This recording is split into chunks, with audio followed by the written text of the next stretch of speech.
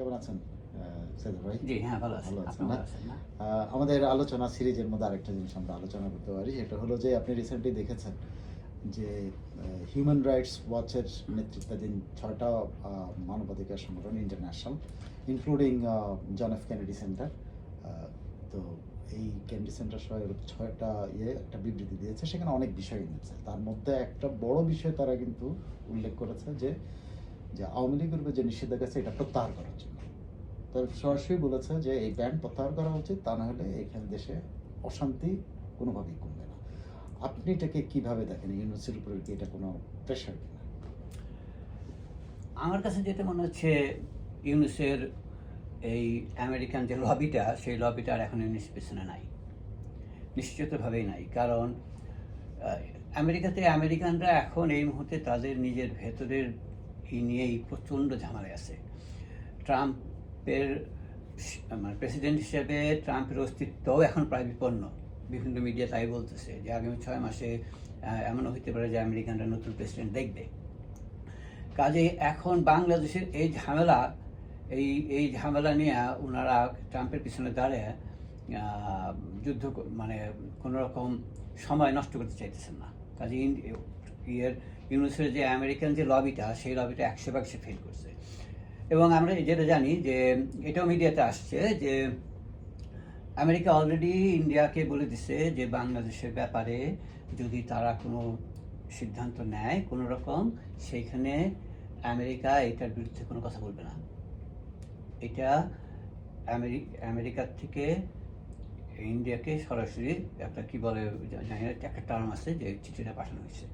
তারা বলছে তার নিয়ে কথা বলবে না, ইন্ডিয়া এই ব্যাপারে সিদ্ধান্ত নিতে পারে।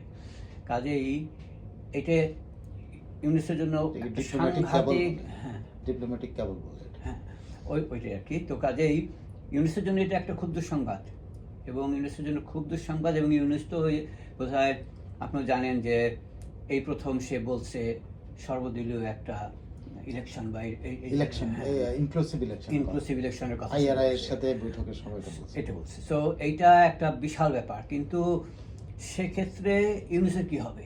সর্বদলীয় যদি ইনক্লুসিভ ইলেকশন হয়, যদি আওয়ামী লীগ ইলেকশনে আসে ইউনুস থাকা অবস্থায়, আমার মনে হয় ইউনুস থাকবে সে পর্যন্ত। মনে হচ্ছে তাকে চলে যেতে হবে ইলেকশন পর্যন্ত। আওয়ামী লীগ তো ইউনুসের আন্ডারে ইলেকশন করবে না বলে ঘোষণাই দিয়ে রাখছে। হ্যাঁ, ওটা হবে না। এটা বলছে ইনক্লুসিভ ইলেকশনের কথা, এবং ওনারা আওয়ামী লীগকে মুক্তি করার কথা বলছে। কারণ আওয়ামী লীগের বিকল্প নাই এই মুহূর্তে, আওয়ামী লীগের বিকল্প নাই। আওয়ামী লীগকে আসতেই হবে, শেখ হাসিনাকে আসতেই হবে এই দেশকে রক্ষা করতে হলে। শেখ হাসিনা, আপনাকে মনে হয় না যে ইউনুস সাহেব যে লবিং করলো যে নিউ ইয়র্কে এই কেরি কেনেডির সাথে, এই ইউনুস জন এফ কেনেডি সেন্টারের সাথে বৈঠক করে উনি কিন্তু তাদেরকে দেশে বারবার আসার জন্য আমন্ত্রণ জানাইছে এবং দেশের পরিস্থিতি নিয়ে করছে যে খুব ভালো আছে দেশ, এবং বারবারই সেটা দেখে যাওয়ার জন্য বলছে। তারা এখন এরকম একটা বিবৃতিতে অংশ নিল। গত 2 সপ্তাহে আমেরিকার পলিটিক্সের ভেতরে বিশাল বিশাল পরিবর্তন আসছে, বিশাল পরিবর্তন। ভাইস প্রেসিডেন্টকে এখন আর প্রেসিডেন্টের পাশে দেখা যায় না। তারা ট্রাম্পের বিরুদ্ধে একটা বিশাল জনমত গঠন হয়েছে। সমস্ত আমেরিকা এখন উত্তাল ট্রাম্পের বিরুদ্ধে। কাজেই তারা এখন তাদের আভ্যন্তরীণ বিষয় নিয়ে ভয়ানক জটিলতার মধ্যে আছে। হ্যাঁ, খুব খুব জটিলতায় আছে। আর ইন্ডিয়া ওইদিকে বাংলাদেশের এই এই সাম্প্রদায়িক উত্থান এবং এই এই এই যে সন্ত্রাসী নতুন যে সরকার বলা হয় আর কি, এদের বিষয়ে মোটেই খুশি না। কারণ কন্টিনিউয়াস এরা শুরু থেকে প্রতি 7 সিস্টার নিয়ে এটা নিয়ে ওইটা নিয়ে ব্যতিব্যস্ত করে তাদেরকে পাগল করে রাখছে। কাজেই ইন্ডিয়া সর্বশক্তি নিয়েই তার পক্ষের কাউকে এখানে আসুক এবং শান্তি আবার ফিরে আসুক, যে সেটা চাইবে।